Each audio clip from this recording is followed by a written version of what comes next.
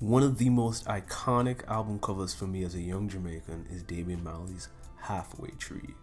Damian Marley, at this point of his career, felt like he was halfway between his reggae dancehall roots and his rap influences, and symbolically, we see him in Halfway Tree, an infamous Jamaican intersection, trying to find himself.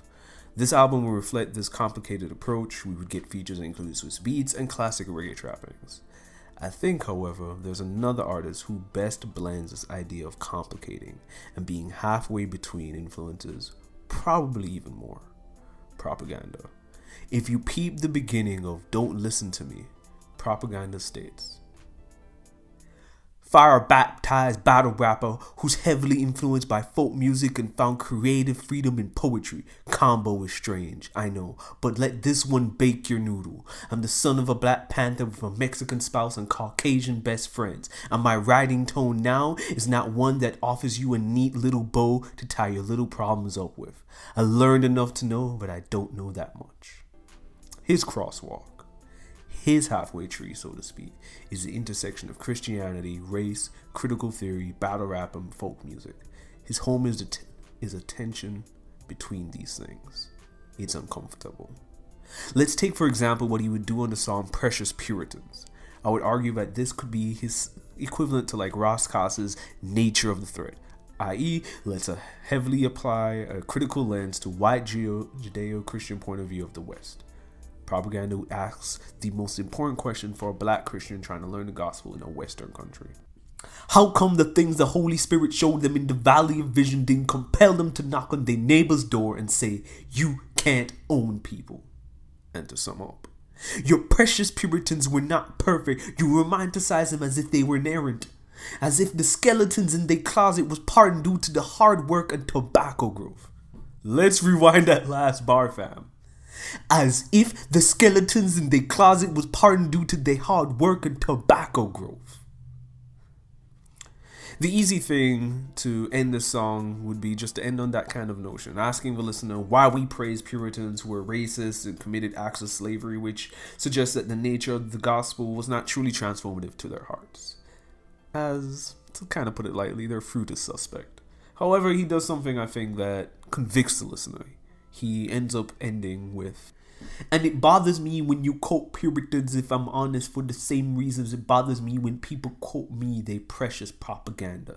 So I guess it's true that God really does use cricket sticks to make straight lines, just like your precious Puritans. He highlights our human pride to be equally inerrant and have the heart of the Puritans. He highlights that he's no worthy figure to follow. This ending challenges the listener to consider how haughty they thought of themselves of not being like the Puritans. It's easy to not see yourself as possessing the same flaws of those we consider highness. That's the grain in the work of propaganda. There are no easy answers for who we are as we examine and live our faith. This type of challenge and ability to make music to disturb the comfortable, shout out to Andy Mineo, is a core feature that permeates Propaganda's work. I mean, let's look at the songs that Propaganda has done with Lecrae. On Hands Up, Prop opens, they say we venture Christians shouldn't dare. Homie, that ain't holiness, it's fair, you scared. Homie, I swear I won't sin by osmosis. No, I got a blood-bought prognosis. Damn. Highlighting that Christians fear the gray and engaging with actual culture of people and engaging people who aren't them.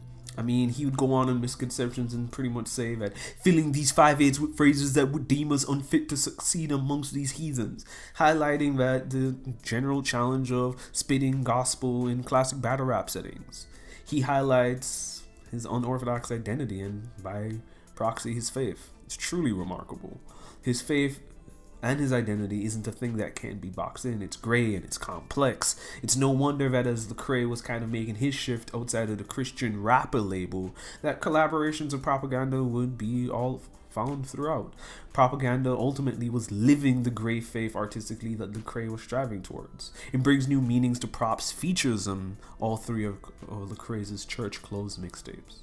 Propaganda's music is about being an anomaly in spaces and being something that can't be pinned down.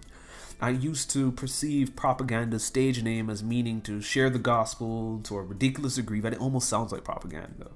Instead, now I think propaganda means something different. His work exists to dispel the propaganda of stereotypical narratives.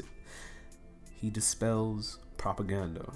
His work disrupts Christians, disrupts rappers, disrupts himself, and it's been a beautiful crossroads to see him to make art in. If you enjoyed this content, let me know what you think in the comments below. Like, comment, and subscribe. Let me know if this is something you want to see more of. I'm thinking of doing more of this type of content. Have a splendid day. Peace, love, unity.